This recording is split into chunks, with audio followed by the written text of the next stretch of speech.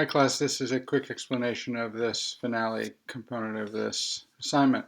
In part number one, you're given a melody and you're being asked to rewrite the melody but then reharmonize it in the places where there's a blank with a modal interchange chord from parallel aeolian, which is another word for natural minor.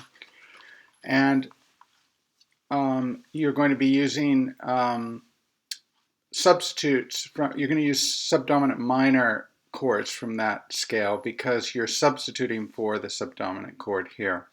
So this is 2 minor 7, we've substituted with 2 minor 7 flat 5.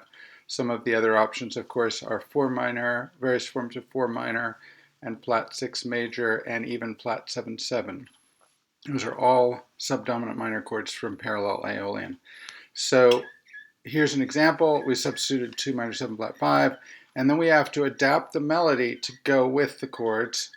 I didn't have to adapt it here, but I still did anyway because we can have optional tensions on a dominant chord. So I took these notes from the parallel aeolian scale, which is E flat minor, which has 6 flats.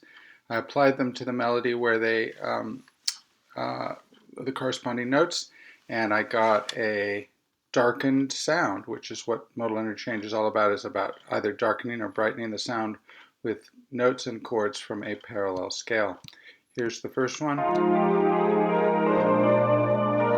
now the darkened one.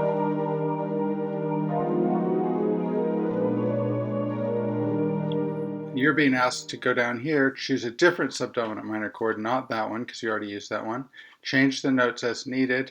You don't have to change the ones over the B flat 7 unless you want to.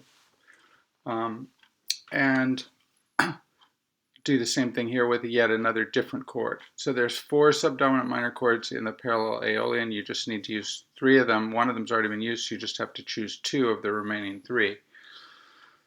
Put in your voicings, change the melody. Okay, that's the first part. The second part, you're being asked to just do modal interchange in the context of substituting something from this really common progressive pattern, which is tonic, alternate tonic, subdominant, modal interchange.